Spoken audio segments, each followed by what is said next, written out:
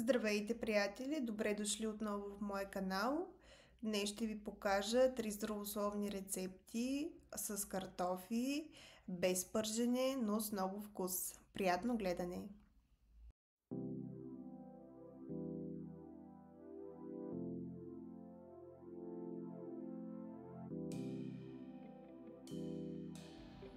Рецепта номер 1. Здравословни печени картофи с розмарин и чесън. Необходими продукти за 4 порции: картофи 1 кг, чесън 4 скилитки, зехтин 2 супени лъжици, пресен розмарин, сол 1 чайна лъжица, черен пипер половина лъжичка, по желание 1 малка глава червен лук, нарязан на резени.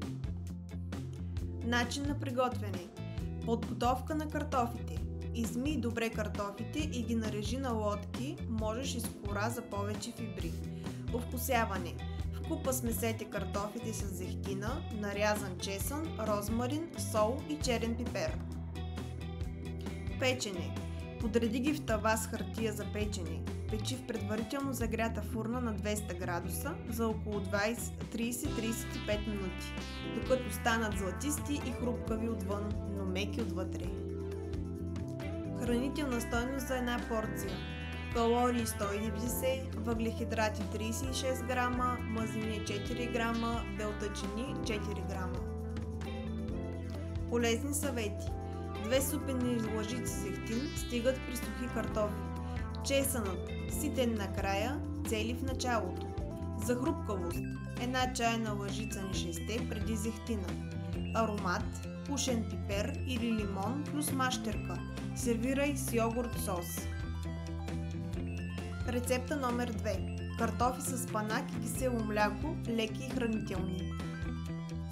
Необходими продукти: картофи 800 грама, спанак 300 грама, лук 1 глава, чесън 3 скилитки, зехтин 2 супени лъжици, сол 1 чайна лъжица, черен пипер, червен пипер по желание, кисело мляко 200 грама, копър пресен или сух 2 супени лъжици, ситно нарязан. Начин на приготвяне: нарежи картофите на купчета, лука и чесъна ситно, спанака измий и накъсай. Загрей зехтина, запържи лук и чесън 2-3 минути, добави картофите и готви още 5-6 минути. Сложи спанака, подправи, покри и задуши 15-20 минути.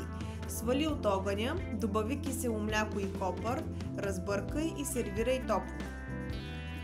Хранителна стойност за една порция: калории 190, въглехидрати 32 грама, мазнини 5 грама, белтъчини 6 грама, фибри 5 грама. Полезни съвети: ако искаш още по-леко, вместо зехтин използвай 1 супена лъжица и добави малко вода за задушаване. Веган вариант: замести киселото мляко с кокосово или соево кисело мляко.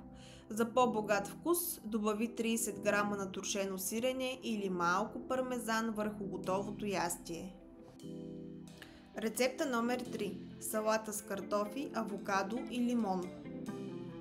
Необходими продукти: картофи 700 грама, авокадо 1 брой добре озряло, червен лук 1 малка глава, краставица 1 брой, лимон, сок от 1 лимон 2 супени лъжици, зехтин 2 супени лъжици, пресен магданоз 2 супени лъжици ситно нарязан, сол 1 чайна лъжица или на вкус, червен пипер половин чайна лъжица. Начин на приготвяне: свари нарязаните картофи в подсолена вода 15-18 минути, отседи и охлади. Нарежи авокадото, краставицата и лука, накълцай магданоза. Смеси всичко в купа, добави зехтин, лимонов сок, сол и пипер, разбъркай внимателно. Поднеси охладена салата. Може да се съхранява до 24 часа в хладилник или е по-скоро препоръчително. Хранителна стойност една порция: калории 210, въглехидрати 32 грама, мазнини 7 грама, белтъчини 4 грама, фибри 6 грама. Полезни съвети. Ако искаш по-богат вкус, добави една чайна лъжица горчица в дресинга. За по-лек вариант, замести зехтина с кисело мляко. За повече свежест, добави рукола или бейби спанак. 3 лесни, вкусни и здравословни рецепти с картофи. Ако ти харесват такива видеа, абонирай се за канала и харесай това видео. До следващия път. Благодаря ви!